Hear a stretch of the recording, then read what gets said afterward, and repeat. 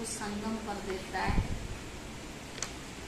अगर उसके बजाय व्यर्थ या देहधारियों की तरफ हमारा बुद्धि जाता है या उनसे रस लेने की संकल्प आता है तो ज्ञान की आनंद नहीं आता है, ज्ञान की मजा नहीं आता है।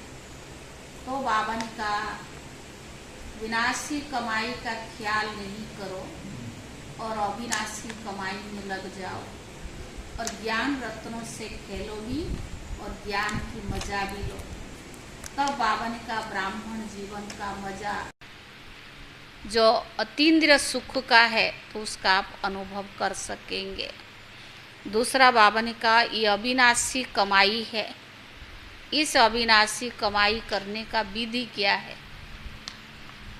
कोई भी चीज़ को पहले कुछ अपनाता है, चाहे लौकिक दुनिया में, चाहे अलौकिक दुनिया में, चाहे पारलौकिक बाप के साथ हमारा जो संबंध है, उनसे विधि पहले अपनानी होती है। बिना विधि के सिद्धि प्राप्त नहीं होती है। तो बाबा ने हमें कितनी सारी विधियाँ दी है। आज बाबा ने कहा ज्ञान रत्नों से खेलो, विचार सागर मंथन करो, विनाशी कमाई के पीछे ज़्यादा नहीं भागो और ज्ञान रत्नों का इतना आपको आनंद मज़ा आएगा। तो बाबा ने कहा आपका जीवन भी श्रेष्ठ बन जाएगा। सार है मीठे बच्चे, ये ज्ञान बड़े मज़े का है। तुम हरेक अपने लिए कमाई करते हो, तुम हरेक अपने लिए कमाई करते हो, तुम्हें और किसी का भी ख्याल नहीं करना है, तुम्हें और किसी का भी ख्याल नहीं करना है। अपनी इस देह को भी भूल कमाई में लग जाना है, अपनी इस देह को भी भूल कमाई में लग जाना है। प्रश्न है अविनाशी कमाई करने की विधि क्या है।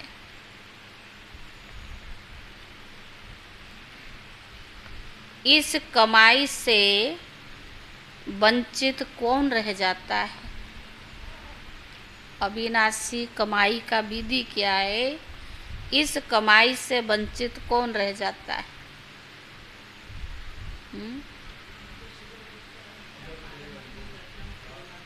राकेश भाई, अविनाशी कमाई की विधि क्या है और इनसे वंचित कौन रह जाता है। विधि क्या है दिनेश भाई, जो ना पढ़े वही सुनाए। विजय भाई,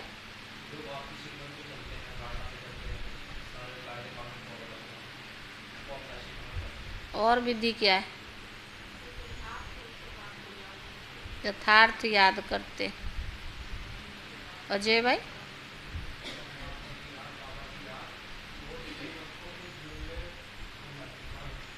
सुंदरलाल भाई, पढ़ के आयो क्या। हाँ, तभी चुप है वो। हाँ, अविनाशी विचार सागर मंथन। आज बाबा ने समय बताया, कमाई अविनाशी कब ज़्यादा कर सकते हो। यह अविनाशी कमाई करने के लिए रात को अमृत वेले जाकर बाप को याद करते रहो। यह अविनाशी कमाई जमा करने के लिए रात को अमृत वेले जाकर बाप को याद करते रहो। विचार सागर मंथन करो।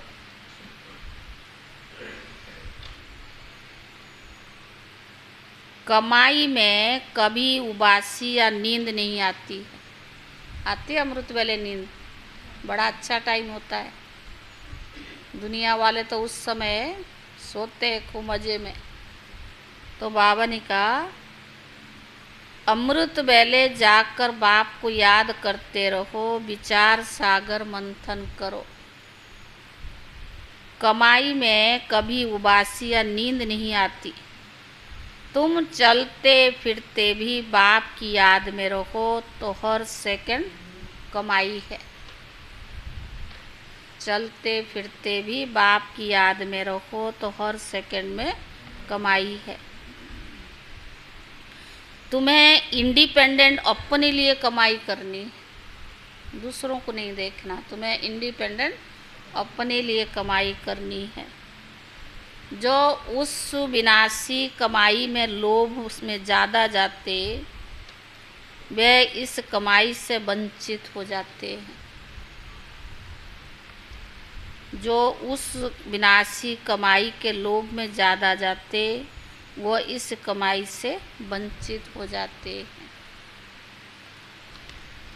गीत है जाग सजनिया जाग। ओम शांति। बच्चों ने गीत सुना, बुद्धि में बैठा। साजन को हो या बाप को हो, उनको पतियों का पति क्यों कहा जाता है? अंग्रेजी में ब्राइड्स भी कहते हैं।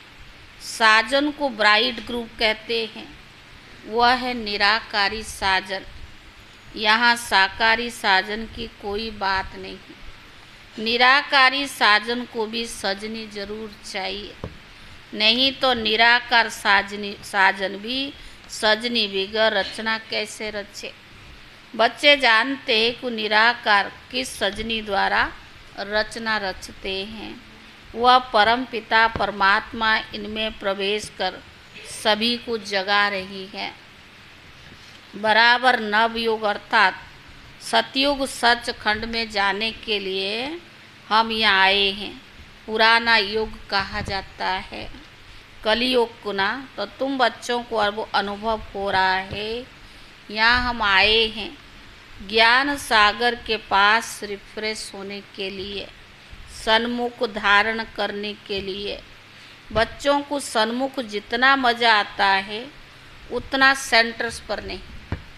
बाबा के पास जाते हैं ना मधुबन में, कितना मज़ा आता है। जो बाबा अव्यक्त मुरली चलाते थे, कितना ना जाने मज़ा आता है।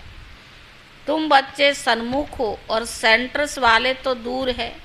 ये बच्चों को समझाया गया है कि हर एक आत्मा रथी है, और आत्मा है ना, वे सदैव परे ते परे रहने वाला है। भगवान को जब याद करते हैं तो ज़रूर नज़र ऊपर जाएगी। ओ परम पिता परमात्मा हम पर रहम करो। सभी को पता है कि ऊपर रहने वाला है। बाप अपने मुकर्रर किए हुए रथ में आए हैं।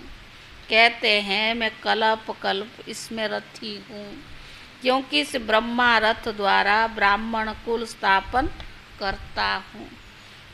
अगर श्री कृष्ण के तन में आए तो फिर देवी कुल हो जाए, सतयुग हो जाए। श्री कृष्ण का शरीर सतयुग में होता है। बच्चे समझते हमको बेहद का बाप बैठ तीनों कालों का ज्ञान दे, त्रिकालदर्शी बना रही हैं। ड्रामा के आदि मध्य अंत का ज्ञान दे रही हैं। जो घड़ी बीत चुका है वह हुबहू रिपीट होगी। जैसे लक्ष्मी नारायण का राज्य था, फिर रिपीट होगा ना। क्राइस्ट को भी अपना पाठ रिपीट करना है, फिर उसी नाम रूप देश काल में आने वाले हैं। बाप कहते मैं भी अपना निराकार रूप बदलकर साकार रूप में आया हूँ। जरूर मनुष्य तन में तो आएगा ना, तब तो सुनाएगा। शास्त्र में कच्छ मच्छ अवतार लिख दिया है। सर्वव्यापी के ज्ञान से समझते हैं कि उस सब में प्रवेश करता है। तो अब बाप स्वयं कहते हैं सजनिया मैं आया हूँ तुमको जगाने, नई दुनिया स्थापन करने। जो सतयुग था वो अब रिपीट होगा। अब नवयुग आने वाला है। दुनिया समझती है नवयुग में 40,000 वर्ष पड़े हैं। यह मनुष्य की बड़ी भूल है। अभी बच्चे निश्चय बुद्धि हो गए हैं। दुनिया वालों के लिए जरूर ये नया ज्ञान है। सतयुग में देवी देवता होंगे तो और धर्मों का पता भी नहीं रहेगा। तो बाबा ने कहा अभी और सब पुराने धर्म है, नया देवी देवता धर्म गुम हो गया है, फिर उस नए धर्म की स्थापना होती है। देवताएं के कुछ ना कुछ चित्र है। समझते हैं सतयुग में बराबर राज्य करते थे। वहाँ तुमको यह पता नहीं रहेगा कि लक्ष्मी नारायण के बाद कोई राम राज्य आने वाला है। जो कुछ होता जाएगा तुम देखते जाएंगे। फिर कहेंगे एडवर्ड दी फर्स्ट सेकंड। पीछे वालों को मालूम रहेगा कि फर्स्ट सेकंड एडवर्ड होकर गए हैं, आगे फिर कब होंगे यह नहीं जानेंगे। ड्रामा का पार्ट इमर्ज होता रहेगा। ड्रामा की नॉलेज बाबा ही समझाते हैं। वह भक्ति मार्ग की तीर्थ यात्रा बिल्कुल ही नारी है। यह ज्ञान बाप और वर्षे को याद करना। ज्ञान क्या है? बाप और वर्षे को याद करना। अभी तुम जानते हो सतयुग में इतना समय राज्य होगा, फिर त्रेता में राम सीता का राज्य करेंगे। बच्चों को सीन सिनेरियाँ देखने में आती है। तुमने 84 जन्म पूरे किए, यह बुद्धि में है, यह नया ज्ञान है ना। भले 5000 वर्ष के बाद मिलता है, लेकिन ये ज्ञान कोई साधु सन्यासी महात्माओं के पास है नहीं, नया ज्ञान है। तो बाबा ने कहा बाप कहते मैं कल्प के संगम योगे आता हूँ।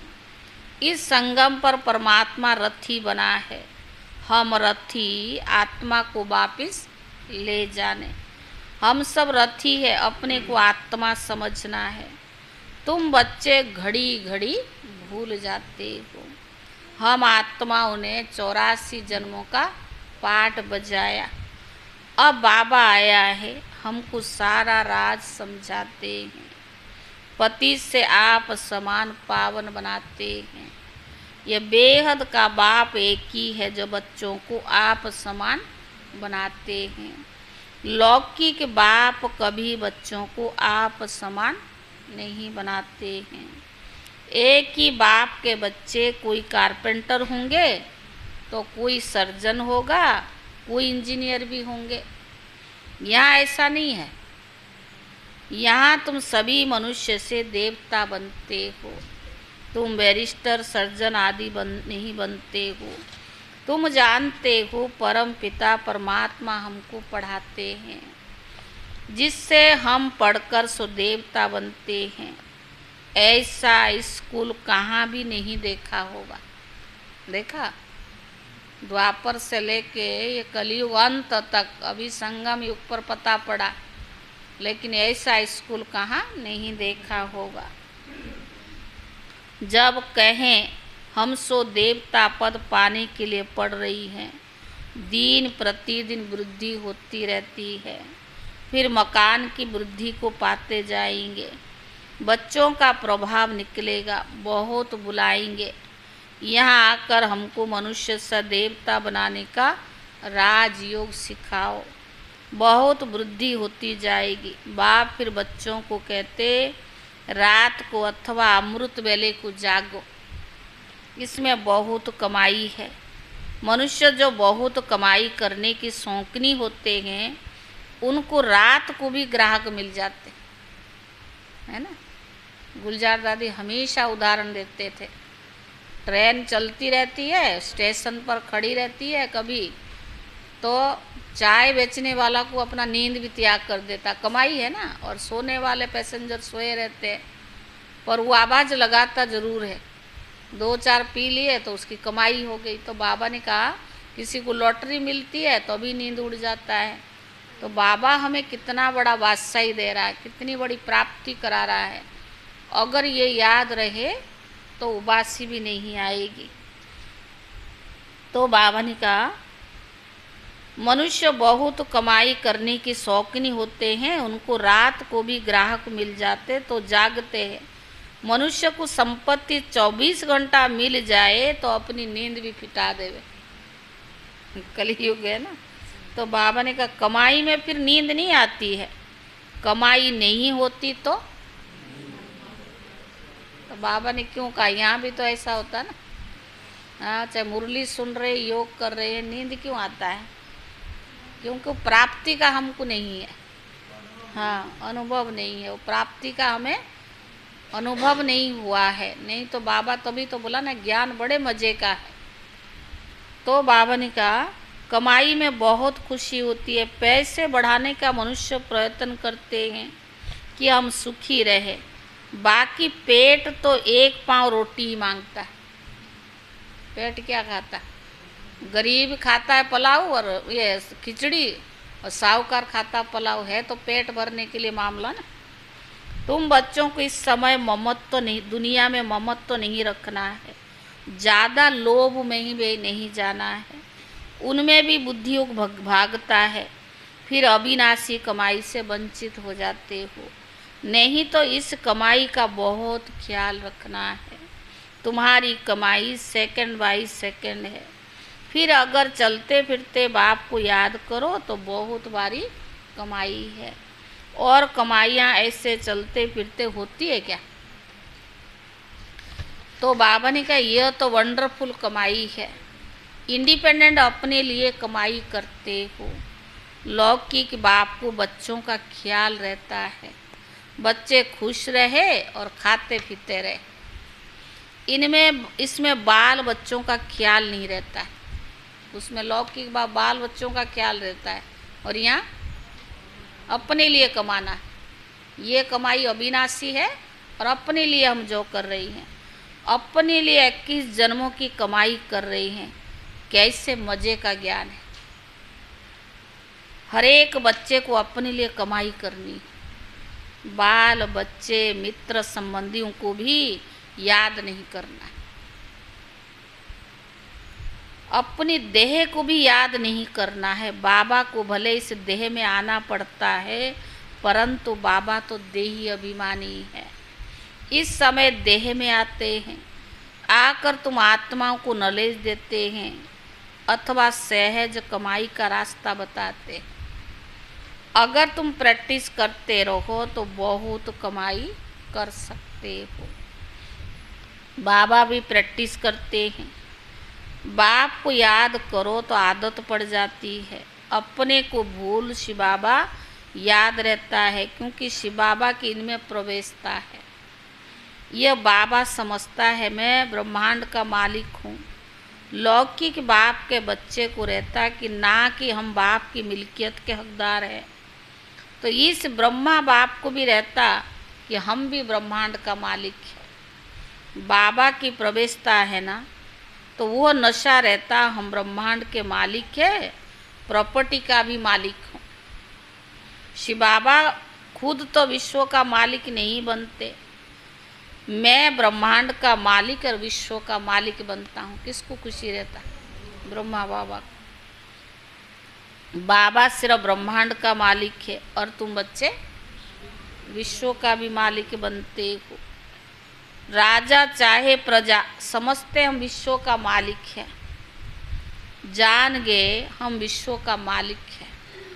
यह समझने से भी खुशी का पारा चढ़ा रहेगा। गाया हुआ भी है, अतीन्द्र सुख पूछना हो तो गोपी वल्लभ के गोप गोपियों से पूछो। ऐसे नहीं कि गोपी वल्लभ से पूछो। वल्लभ बाप को कहा जाता है। बाप को तो विश्व के मालिक बने का सुख पाना ही नहीं। शिव बाबा थोड़ी विश्व का मालिक बनेगा। बाप कितना ऊंचा उठाते हैं। ये ब्रह्मा कहते मैं भी अपने को ब्रह्मांड का मालिक समझता हूँ। सारी दुनिया में कोई भी नहीं समझ सकते कि मैं ब्रह्मांड का मालिक हूँ। ऐसे नहीं कि ब्रह्म में लीन हो जाएंगे। कहाँ ब्रह्म में लीन होना है, कहाँ ब्रह्मांड का मालिक बनना है, बहुत फर्क है। ब्रह्म में लीन होना और ब्रह्मांड का मालिक बनना फर्क है ना। तुम जानते हो बाबा हमको विश्व का मालिक बनाते, खुद बाप कहते जाग सजनिया जाग। मैं हर एक बात तुमको नहीं समझाता हूँ। क्या तुम ब्रह्मांड के मालिक नहीं बने थे? क्वेश्चन मार्क बाबा पूछ रहे हैं। फिर पाठ बजाया, अब फिर तुम ब्रह्मांड के मालिक बनते हो, फिर तुम विश्व के मालिक बनने वाले हो। यह आदत स्थायी रखनी है। इसको कहा जाता है विचार सागर मंथन। इससे तुमको बहुत खुशी का पारा चढ़ेगा। जो बाबा दे रहा है उसकी विचार सागर मंथन करो ज्ञान का, तो बहुत खुशी का पारा चढ़ेगा। यह तो निश्चय करना चाहिए, यह हमारा बाप है। बाबा के सिवाय ऐसी बातें कोई समझा न सके। दिल में नोट करना चाहिए। यहाँ नोट्स लेते हैं स्मृति में रखने के लिए, फिर यह काम नहीं आएंगे। बैरिस्टर के पास बहुत किताब रहते हैं, शरीर छोटा और खलास। पता नहीं दूसरे जन्म में क्या बनेंगे। तुम बच्चों को तो एक ही पढ़ाई है। तुम जानते हो स्वयं ब्रह्मांड का मालिक बाप हमको ब्रह्मांड और विश्व का मालिक बनाते। बाबा ब्रह्मांड का मालिक है और हमें ब्रह्मांड और विश्व का मालिक बनाते हैं। फिर खुशी का पारा क्यों नहीं चढ़ता, पूछ रहा बाबा। हाँ जा राजरानी माता जी, तो सुंदरलाल भाई आपको याद कर रहे हैं। तो बाबा ने कहा खुशी का है। सुंदरलाल भाई कह रहे अभी राजरानी माता जी कहाँ गई, तो नहीं याद करते हो, देख लो अगर मैं याद नहीं करता। तुम जानते हो स्वयं ब्रह्मांड का मालिक बाप हमको ब्रह्मांड और विश्व का मालिक बनाते हैं, फिर भी खुशी का पारा क्यों नहीं चढ़ता है। बाबा ने समझाया है ये गीत घर घर में अपने को फ्रेश करने के लिए, रिफ्रेश करने के लिए रखनी चाहिए। कौन सा? जाग सजनिया जाग। कोई समझते हैं ज्ञान में आने से हमको घाटा पड़ा है। ऐसे कोई समझते क्या?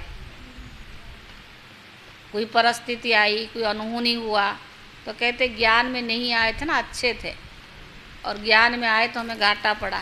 तो पूछ रहा बाबा, घाटा फायदा तो पुरानी दुनिया में है ही, आप आओ या ना आओ तो भी तो होना ही है। आज कोई वजीर है, किसी ने शूट किया तो खलास। ये अमीर या गरीब ये तो किस्मत का खिलाएगा जाएगा, लेकिन इंसान का इंसानियत बड़ा चीज़ है। बाकी आज है राजा बन गए, कल प्रजा बनने में टाइम थोड़ी लगता है। आज अमीर है कल फकीर बन जाएंगे। सबको घाटा पड़ता ही रहता है। किनकी दबी रही धूल में, किनकी सफल होगी उसकी। बाबा ने कहा सबको घाटा ही घाटा है, सिर्फ तुम बच्चों को सदा काल के लिए फायदा है, बाकी सबको घाटा ही घाटा है। भविष्य में तो तुम्हें फायदा ही है ना, 100 भी 21 जन्मों के लिए, बाकी सारी दुनिया है घाटे में। यह सब बाबा ने कहा मृग तृष्णा के समान है, किसको भी मालूम नहीं यह सब मिट्टी में मिल जाना है। सब कब्र दाखिल भस्मीभूत हुए पड़े हैं। तुम यह सब कुछ जानते हो, तुम्हारे में भी बहुत होशियार है। उनको मालूम है दुनिया जैसे कि भंवर, आग लगी पड़ी, भंवरों को आग लगी, सब कब्र दाखिल हो जाएंगे। यादव कौरव सब कब्र दाखिल हुए थे, बाकी पांडवों की विजय हुई थी। विश्व पर अर्थात नई दुनिया पर विजय पाई। कहाँ विजय पाई? विश्व पर या नई दुनिया पर, क्योंकि तुम पांडव ईश्वर को जानते हो और उनसे प्रीत रखते हो। जितना जो प्रीत रखते हैं, जितना जो बाप को याद करते, उतनी कमाई करते। जितना बाबा से हमको प्रीत होगा और जितना हम बाबा को याद करेंगे वही हमारी कमाई है। तो बाबा ने कहा, ऐसा कभी सुना है कि प्रीत रखने से, याद करने से कमाई होगी? भारत का प्राचीन योग बहुत नामी ग्रामी है। यह बाबा भी नहीं जानते थे, अब सब बातें बुद्धि में आ गई है। बाबा कहते, सृष्टि के आदि मध्य अंत का ज्ञान जो तुमको सुनाता उस सतयुग में नहीं रहेगा। वहाँ तो तुम्हारे प्रारब्ध के सुख का पाठ जो कल्प पहले चला था, अब वही चलेगा। यह ज्ञान बाप एक ही बार आकर देते हैं और अंत तक देते ही रहेंगे। तुम भले कहाँ भी रहो, शरीर छूटे तो भी शिव बाबा की याद हो, त्रिकालदर्शी पने का ज्ञान हो, ज्ञान अमृत मुख में हो, स्वदर्शन चक्कर याद हो, तब प्राण तन से निकले। कहाँ वह भक्ति मार्ग की कहावत, कहाँ ये ज्ञान मार्ग की बातें। मनुष्य जब मरने पर होते तो हाथ में माला देते हैं, कहते हैं राम राम कहो तो सदगति हो जाएगी। परंतु राम कौन है, कहाँ है, कोई जानते नहीं। कोई राम को, कोई हनुमान को याद करते हैं। अनेकों को याद करना, इसको भक्ति कहा जाता है। एक को याद करना ज्ञान का है और अनेकों को याद करना भक्ति कहा जाता है। अब तुम एक को याद करते हो जो तुमको ज्ञान दे, तुम्हारी सदगति करे। अच्छा मीठे मीठे सिखिले दे बच्चों प्रति मात पिता बाप दादा का याद प्यार और गुड मॉर्निंग। रूहानी बाप की, रूहानी बच्चों को नमस्ते। रूहानी बच्चों की तरफ से रूहानी बाप दादा को याद प्यार और नमस्ते नमस्ते। धारणा के लिए मुख्य सार। पहला है, स्थायी खुशी में रहने के लिए विचार सागर मंथन करना है।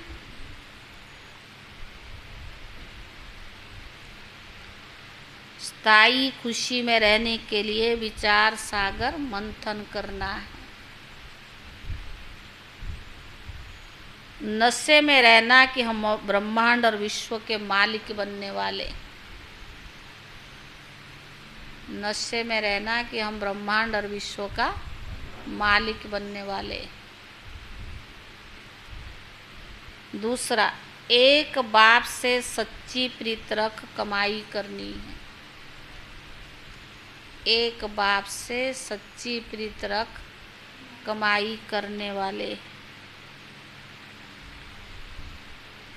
हम आत्मा इस देह में रथी है।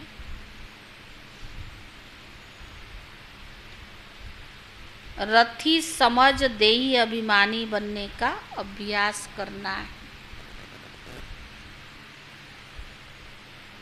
वरदान।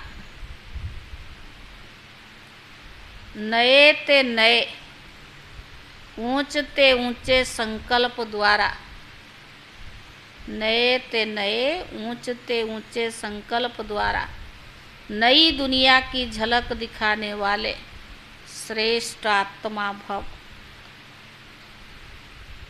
नई दुनिया की झलक दिखाने वाले श्रेष्ठ आत्मा भव।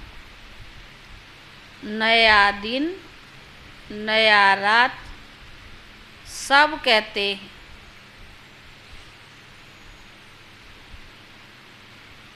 नया दिन, नया रात सब कहते हैं, लेकिन आप श्रेष्ठ आत्माओं का हर सेकंड, हर संकल्प नए ते नया, ऊंचते ऊंचा है।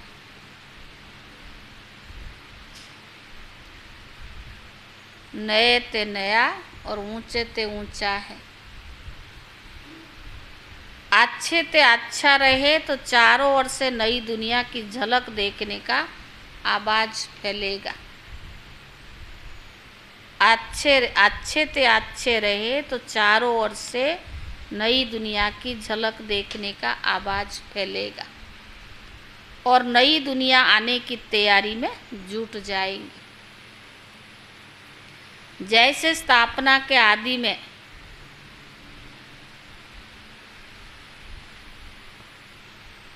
जैसे स्थापना की आदि में स्वप्न और साक्षात्कार की लीला विशेष रही, ऐसे अंत में भी ये लीला प्रत्यक्षता के लिए निमित्त बनेगी।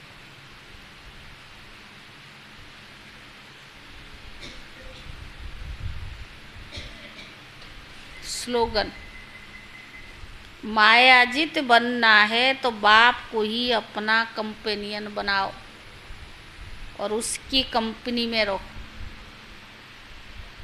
स्लोगन है, मायाजित बनना है तो एक बाप को ही अपना कंपेनियन बनाओ और उसकी कंपनी में रखो। आज 20 तारीख है। राजू भाई 24 जून को आएंगे मम्मा के डे के दिन, तो उस दिन तो भोग लगता है और 25 को चले जाएंगे शाम को। तो राजू भाई परसों ही विदेश से आए हैं, अमेरिका में 1.25 महीना कई देशों में चक्कर लगा के वापस आए हैं। तो कल रात को उन्होंने प्रोग्राम दिया है कि 24 जून को पहुंचेंगे और 25 को चले जाएंगे। 20 तारीख है ना, अव्यक्त इशारा है। अपनी शुभ भावना, श्रेष्ठ कामना, श्रेष्ठ वृत्ति, श्रेष्ठ वाइब्रेशन द्वारा किसी भी स्थान पर रहते हुए मनसा द्वारा अनेक आत्माओं की सेवा कर सकते हो। इसकी विधि है लाइट हाउस, माइट हाउस बनना। इसमें स्थूल साधन, चांस व समय की प्रॉब्लम नहीं, सिर्फ लाइट माइट से संपन्न बनने की आवश्यकता है। ओम शांति।